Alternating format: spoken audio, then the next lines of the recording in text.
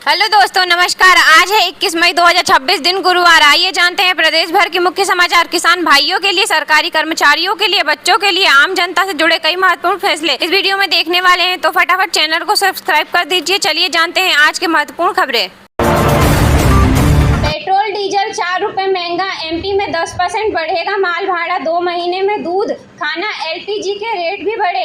Expert बोले भाड़े से महंगाई और बढ़ेगी। 5 दिन के अंदर पेट्रोल डीजल की कीमतें 4 रुपए प्रति लीटर बढ़ गई। इसके बाद ट्रांसपोर्टर्स ने मध्य प्रदेश में माल भाड़ा बढ़ाने के संकेत दिए। आने वाले दिनों में माल भाड़ा 5 से 10% तक बढ़ सकता है। ईरान अमेरिका युद्ध के चलते पहले ही दूध, खाना महंगा हो चुका है। एमपी में 1 से 15 जून तक तबादले हो सकेंगे। पति पत्नी को पोस्टिंग एक जगह रखने पर विचार होगा। गंभीर बीमारियां कर्मचारियों को भी रियायत। मुख्यमंत्री डॉक्टर मोहन यादव कैबिनेट की बैठक में राज्य सरकार की तबादला नीति 2026 को मंजूरी मिल गई है। प्रदेश में राज्य और जिला स्तर पर कर्मचारियों और अधिकारियों के 1 जून से 15 जून तक तबादले किए जाएंगे। मध्य प्रदेश में भीषण गर्मी का असर लगातार बढ़ता जा रहा है। भोपाल, ग्वालियर, छतरपुर, दमोह और रीवा समेत कई जिलों में तापमान 45 डिग्री के पार पहुंच गया। मौसम विभाग ने अगले 48 घंटों के लिए हीट वेव का अलर्ट जारी किया है। प्रशासन ने स्कूलों के समय में बदलाव करने के निर्देश दिए हैं। अस्पतालों में लू से पीड़ित मरीजों की संख्या लगातार बढ़ती जा रही है। ग्रामीण इलाकों में पानी की भारी किल्लत देखने को मिल रही है। सरकार ने सभी जिलों में राहत दल तैनात किया है और लोगों को दोपहर में बाहर न निकलने की सलाह दी है। मध्य प्रदेश के 41,000 से अधिक मेडिकल स्टोर आज बंद रहे। दवा व्यापारियों ने ऑनलाइन दवा बिक्री और नए नियमों के विरोध में हड़ताल की। राजधानी भोपाल सहित इंदौर, जबलपुर और उज्जैन में मरीजों को दवाइयां लेने में भारी परेशानी हुई। कई अस्पतालों के बाहर लोगों की लंबी कतारें दिखाई दी। व्यापारियों का कहना है कि ऑनलाइन दवा बिक्री से छोटे दुकानदारों का कारोबार प्रभावित हो रहा है। सरकार और दवा विक्रेता के बीच जल्द बैठक होने की संभावना है। मध्य प्रदेश के डिंडोरी जिले ने जल संरक्षण के क्षेत्र में देश भर में नई पहचान बनाई है। जल संचय भागीदारी अभियान के तहत गांव-गांव में तालाब, कुएं और जल संरचनाओं का पुनर्जीवन किया गया। भीषण गर्मी के बावजूद जिले में पानी की स्थिति अन्य जिलों से बेहतर बताई जा रही है। ग्रामीणों की भागीदारी से यह अभियान सफल हुआ है। राज्य सरकार ने डिंडोरी मॉडल को अन्य जिलों में लागू करने की तैयारी शुरू कर दी है। अधिकारियों का कहना है कि आने वाले समय में जल संकट से निपटने के लिए सामुदायिक भागीदारी सबसे बड़ा समाधान है।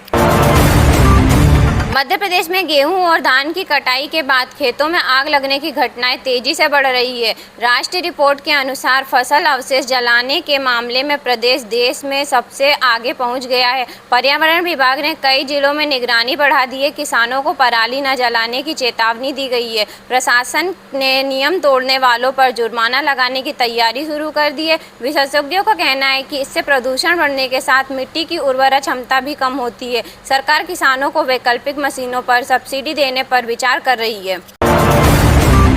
मध्य प्रदेश में सोने और चांदी की कीमतों में लगातार उतार चढ़ाव देखने को मिल रहा है। भोपाल और इंदौर के बाजारों में आज सोने की कीमतों में हल्की बढ़ोतरी दर्ज की गई। शादी सीजन के चलते सफारी बाजारों में ग्राहकों की भीड़ बनी हुई है। व्यापारियों का कहना है कि अंतर्राष्ट्रीय बाजार का असर स्थानीय कीमतों पर पड़ रहा है। निवेशकों की भी रुचि बढ़ रही है। विशेषज्ञों ने लोगों को खरीदारी से पहले बाजार दरों की जाँच करने की सलाह दी है।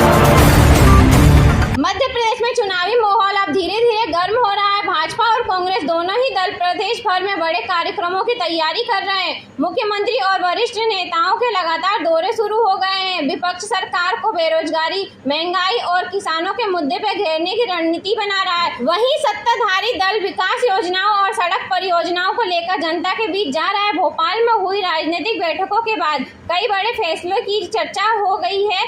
आने वाले दिनों में प्रदेश की राजनीति और गर्म होने की संभावना है। मध्य प्रदेश सरकार ने युवाओं को रोजगार देने के लिए कई विभागों में नई भर्ती प्रक्रिया शुरू करने का ऐलान किया है। पुलिस, शिक्षा, स्वास्थ्य और पंचायत विभाग में हजारों पदों पर भर्ती की तैयारी चल रही है। रोजगार कार्यालयों में युवाओं की भीड़ बढ़ गई है। सरकार का दावा है कि इससे प्रदेश में बेरोजगारी कम होगी। युवाओं ने भर्ती प्रक्रिया को पारदर्शी रखने की मांग की है। ऑनलाइन आवेदन प्रक्रिया अगले सप्ताह से शुरू हो जाएगी। कई कोचिंग संस्थाओं में प्रतियोगी परीक्षाओं की तैयारी करने वाले छात्रों की संख्या भी बढ़ गई है। प्रदेश में महिला सुरक्षा को लेकर पुलिस ने विशेष अभियान शुरू किया है। स्कूल, कॉलेज और सार्वजनिक स्थानों पर पुलिस की गश्त बढ़ा दी गई है। भोपाल और इंदौर में महिला हेल्प डेस्क और मजबूत किया जा रहा है। पुलिस अधिकारियों ने कहा है कि महिलाओं से छेड़छाड़ या उत्पीड़न करने वालों पर सख्त कार्रवाई की जाएगी। कई जिलों में छात्राओं को आत्मनिर्भर प्रशिक्षण भी दिया जा रहा है। सरकार ने महिला सुरक्षा ऐप को और अपडेट करने की तैयारी की है। आम लोगों से भी संदिग्ध गतिविधियों की जानकारी पुलिस को तुरंत देने की अपील की गई है। प्रदेश सरकार ने गरीब परिवारों को राहत देते हुए मुफ्त राशन योजना को जारी रखने का फैसला किया है। लाखों परिवारों को गेहूं, चावल और अन्य जरूरी सामग्री वितरित की जा रही है। कई जिलों में राशन दुकानों पर लंबी कतारें देखने को मिली। खाद्य विभाग ने कहा कि वितरण प्रक्रिया की निगरानी के लिए विशेष टीम बनाई गई है। अधिकारियों को निर्देश दिए गए हैं कि किसी भी पात्र परिवार को राशन से वंचित न रहना पड़े। ग्रामीण क्षेत्रों में लोगों ने इस योजना को बड़ा राहत बताया है। सरकार जल्द ही नई पात्रता सूची भी जारी कर सकती है। स्वच्छता अभियान में इंदौर ने एक बार फिर शानदार प्रदर्शन किया। नगर निगम ने शहर में सफाई व्यवस्था को और मजबूत किया है।